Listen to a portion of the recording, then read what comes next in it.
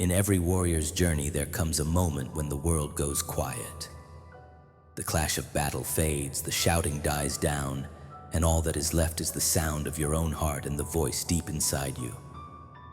In that silence, you are either a free man or a prisoner, shackled by the ghosts you never confronted and the fears you never faced. Most men walk through life carrying two burdens that are heavier than any shield or sword: guilt for the road they've already traveled and fear of the wars yet to come. These are not weights you can build the muscle to lift. They are chains you must find the courage to shatter. You were not put on this earth to crawl under the shadow of your past. You were not forged in the crucible of your suffering only to kneel before your own doubt. You came into this world raw, unburdened, and unafraid, a clean slate of steel waiting for the fire of experience to give you an edge. But along the way, the world gives you its baggage. It hands you guilt and calls it conscience. It hands you fear and calls it wisdom. They drew lines on your map telling you where you were allowed to walk and where you must never go. They were wrong. The path of strength is not something you inherit or are given. It is something you must carve yourself one painful inch at a time with calloused hands in the dead of night.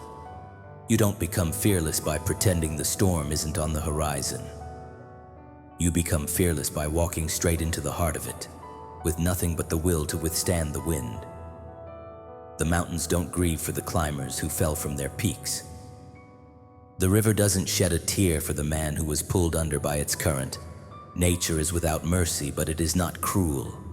It teaches only through consequence. It holds no grudges, it offers no pardons. And in this, it is perfect.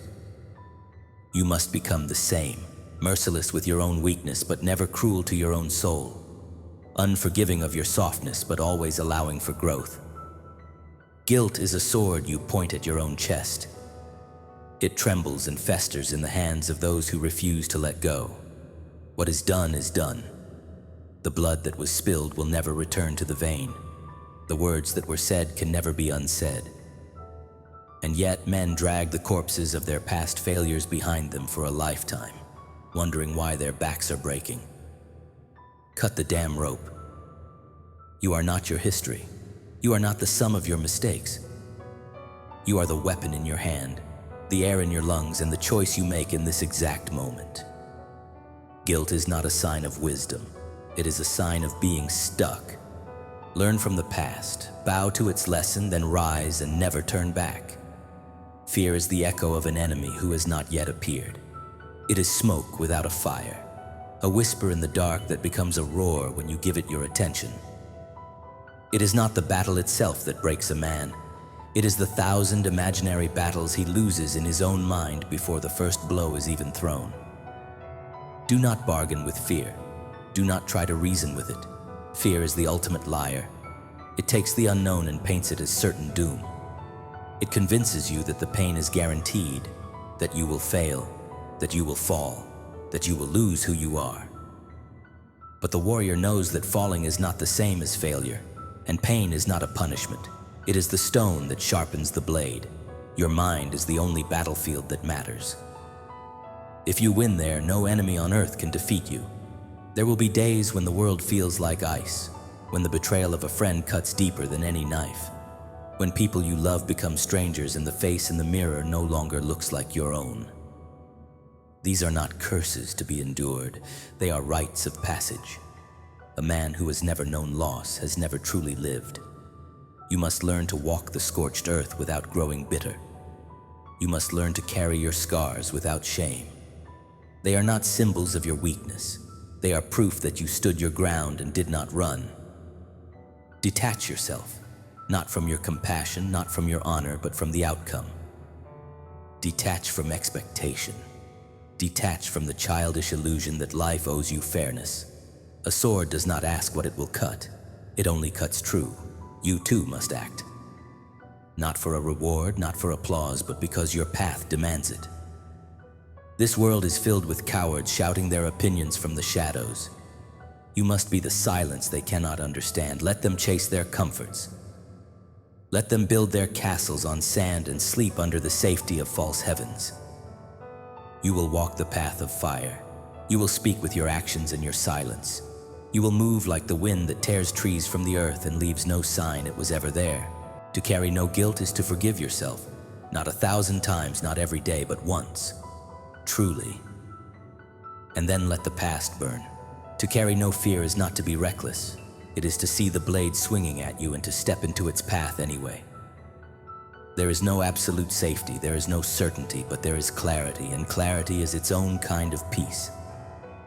The warrior walks alone, not because he despises the world, but because he has finally made peace with it. He no longer requires its approval. He no longer begs for its understanding. He knows that his way is forged in silence, pain, and discipline, and at the end of that road lies not glory, not applause, but mastery. Walk that path, carry no guilt, carry no fear. Burn away everything that you are not. What is left will be unbreakable. A blade is not sharpened in a velvet cloth, but through resistance. Steel is ground against stone again and again until nothing but a razor's edge remains. Your soul must be honed in the same way. Not protected, not coddled, but pressed, refined, and tested. You do not grow stronger by avoiding the storm. You grow stronger by standing in the center of it, soaked, blinded, and wounded, but refusing to yield. A warrior does not pray for a lighter load. He welcomes the test. He knows that without the weight, there is no muscle. Without the fire, the forge produces nothing. Without loss, honor is just a word. So he walks, head up, eyes forward, carrying nothing that does not serve his purpose. No guilt, no fear, only presence. There is a power in being still while the world around you descends into chaos. There is a clarity in silence while others are screaming. And there is an unspoken strength in the man who moves slowly, deliberately, because he is not being chased by his own doubts. This is not slowness. This is purpose. This is control. The sword that shakes will cut nothing. But the sword that waits, that breathes, that strikes only once can end the entire war. You must become that blade. If others fail to understand you, so be it. If they call your detachment cold, your discipline arrogant, your silence strange, let them. You were not put on this earth to be understood. You were put here to understand, to see things as they truly are, not as others paint them. To peel back the layers of noise, the masks, the illusions, until only the raw, bare truth is left. Most men run from that truth. They drown themselves in distractions, get drunk on approval, and decorate the walls of their prisons with praise. But the warrior strips it all away. And when it is all gone, when nothing remains but your breath, your blood, and your choice, then you will find freedom. You will not find your true self in comfort. You will not find it in applause. You will not find it in the arms of the crowd. You will find yourself on the very edge of your own limits, when everything you thought you needed has been taken from you. And yet, you are still standing. That is when you will finally know. You were never the titles, the money, the love, or the wounds. You were always the will behind the eyes, the storm that refused to bow to any sky.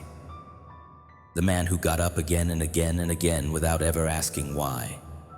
You are not here to be safe. You are here to be sovereign. And a sovereign man does not flinch. He does not beg. He does not kneel before guilt or fear or fate. He simply takes the next step forward, always forward. A time will come when the dust of your life settles, when the battles are memories, when the silence returns not as a threat but as an old friend. And in that quiet, you will ask yourself one last question. Did I live as the blade or as the sheath? Too many men grow old without ever having been truly alive. They drift, half awake, half afraid, half committed. They fear the sharp edge of life, so they choose to remain dull. They fear being alone, so they become echoes of other people. They fear death, so they never truly live. But not you. You were not carved from common stone. You were not tempered for a life of hesitation. You were made for the fire, so burn. Not wildly, but with precision. Like the glowing ember that refuses to die. Like the heart of the forge that gives birth to the sword. Let your discipline be louder than your desires. Let your footsteps be your oath, written in the earth. Let your very presence be the answer to every question the world dares to ask of you. You owe this world nothing.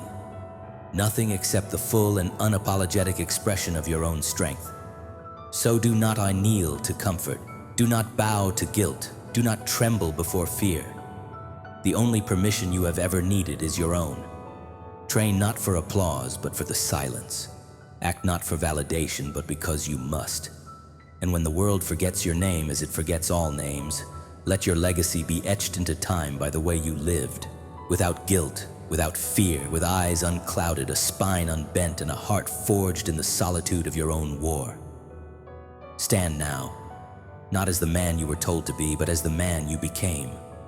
By your own hands, by your own will. The path is narrow, the winds are sharp, the road ahead offers no promises. Good, because you carry no guilt, you carry no fear, you carry only the fire, and the fire is enough.